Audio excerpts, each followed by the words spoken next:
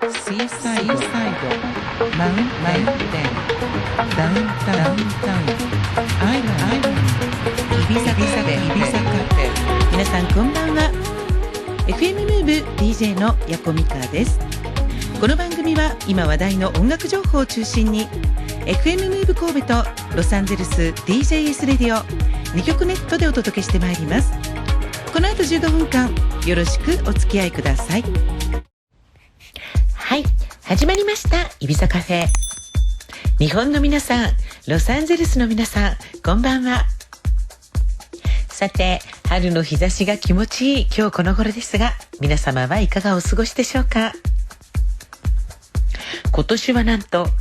3月16日に京都で桜の開花が発表された近畿地方。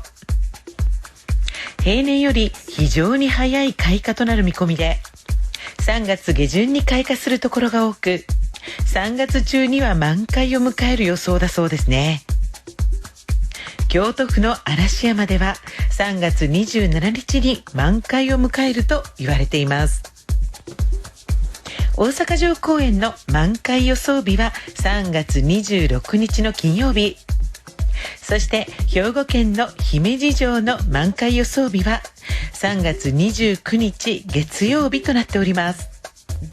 今年はとても早いですね。コロナもありますので、お花見の宴会はやめて、お散歩がてら桜の通り抜けを楽しみたいと思います。さて、今週の本のご紹介は、なぜ僕は東大を辞めたのか。望み通りの人生を生きるには、学歴や肩書き、お金や仲間などの存在はそれほど重要ではない。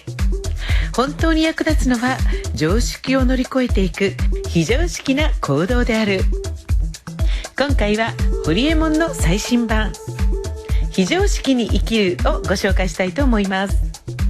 時代の最先端を行くホリエモンの思考を皆さんと楽しみたいと思います。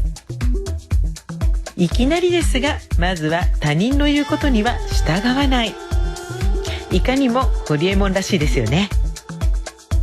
これは自分のやりたいことを見つけ出し、大きなチャンスをつかむには常識だけでは足りない。知識とか人脈とか運ではなく、非常識への踏み出しが大事なのである。みんなと一緒に常識的なことばっかりやっていたら、常識的な結果、月並みな結果しか出ないのは火を見るより明らかである。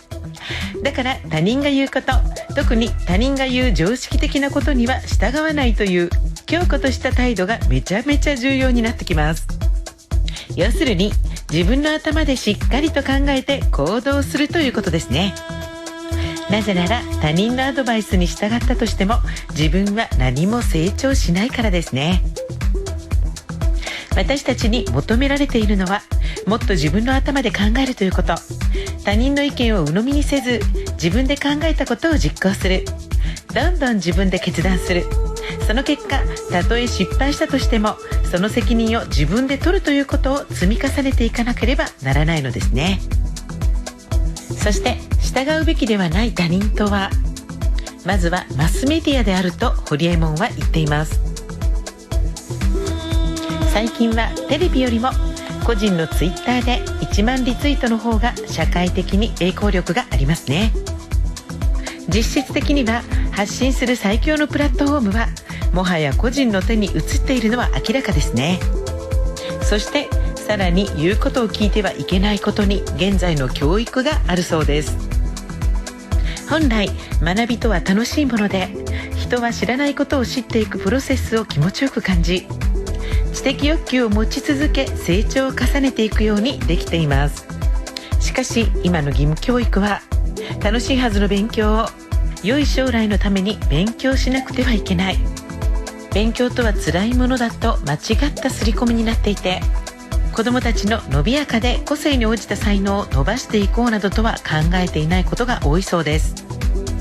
確かに昔は学校以外に選択肢がなかったのでどうしようもなかったかもしれません。しかしグローバリズムが進み、スマホが普及したことで教育システムは一気に多様化しました。今の学校は不登校の子も増えていて、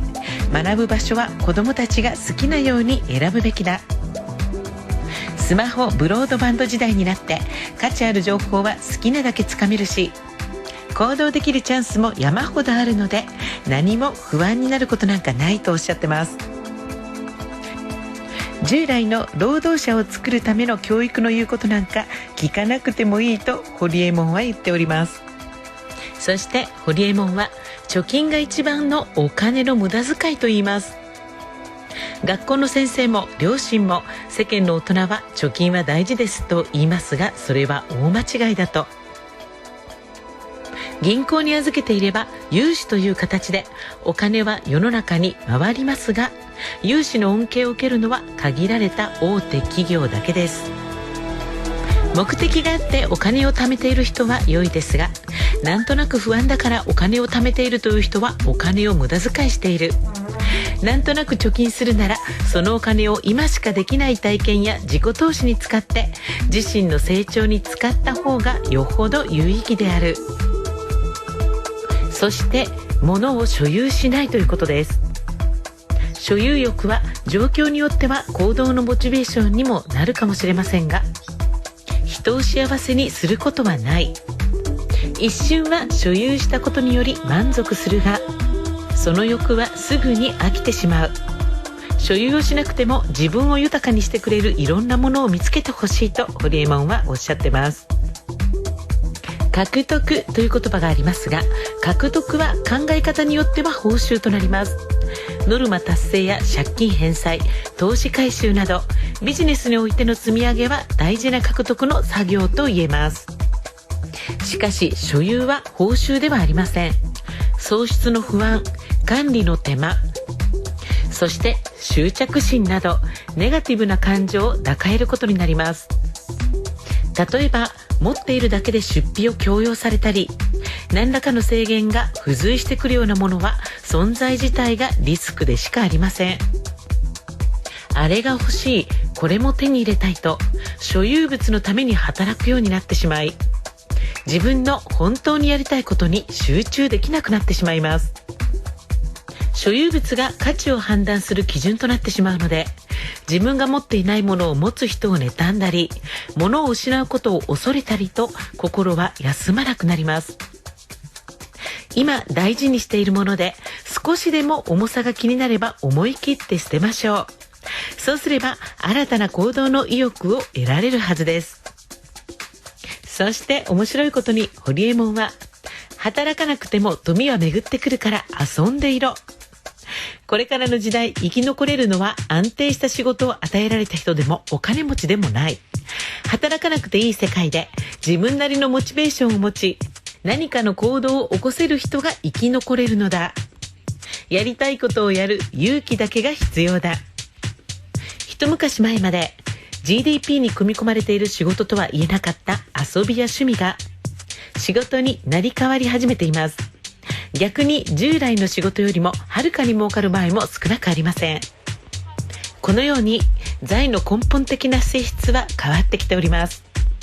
辛い労働を手放し、好きなことだけで食べていくのは不可能だという古い常識は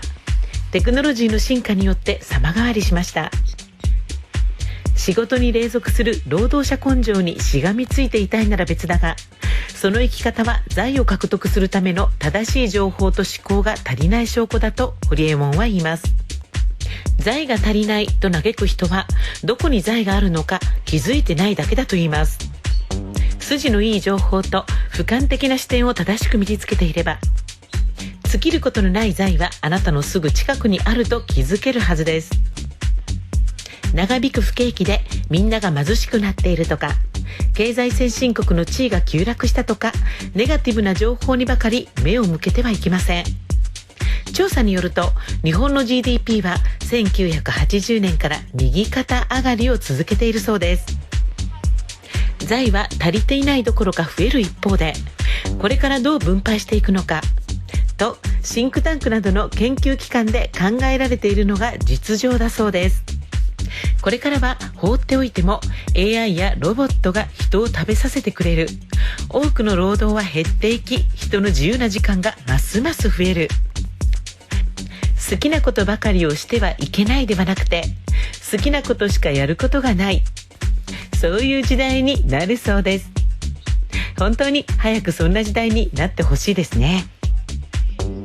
そして電話には出ないでいいと言います。実はこの意見には私も賛成です。例えば鬼のように集中している人にとって、その集中をいきなり途切れさせ、自分の時間に強制的に割り込んでくるのが電話です。あなたが自分の時間を本気で大事にしているのなら、電話に出てはいけません。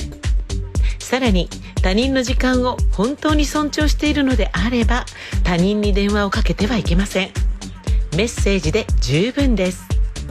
私も絶対と言っていいほど人に電話はかけないですね。どうしても電話をかける必要があるのであれば、 LINE でいつ電話が可能かを必ず聞きます。それは相手様が会議中かもしれませんし、スマホで動画を撮っている最中かもしれないですもんね。もちろん一般人にとっては極論も含まれているとは思いますので、自分がこれは面白そうだ、やってみようというものをまず一つチョイスして、それを実際に行動に移すところから始めてみてはいかがでしょうか。常識的なことだけやっていても常識的な結果しか出ない、非常識な結果が欲しければ非常識な行動をすることしかないということは真実だと思います。皆様も他人に迷惑をかけない程度に、自分のしたいことをどんどん挑戦していっていただきたいと思います。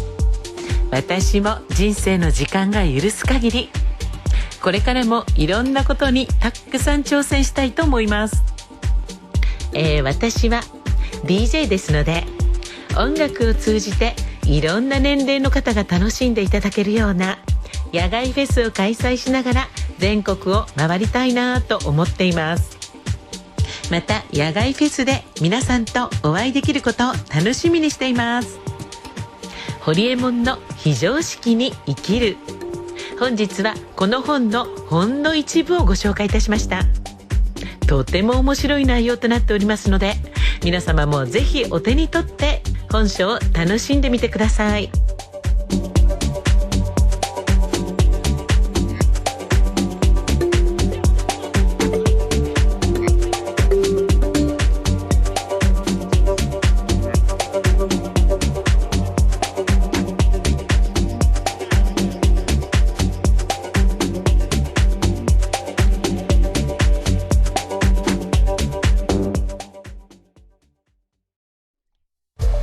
FM ムーブ神戸とロサンゼルス DJS レディオ2曲ネットでお届けしてまいりましたイビザカフェ。そろそろお別れの時間が近づいてまいりました。この番組に対するご意見やメッセージはファックスと E メールで24時間受け付けております。ファックス番号は 078-334-2761、 メールアドレスは神戸@fm-move.com、 ムーブの綴りは MOOV ですので、お間違いのないようにお願いいたします。あるいは FM ムーブ神戸のウェブサイトからリクエストフォームをご利用ください。では皆さん、素敵な夜をお過ごしください。また来週この時間にお耳にかかりましょう。イビザカフェ、お相手はヤコミカでした。Have a good night.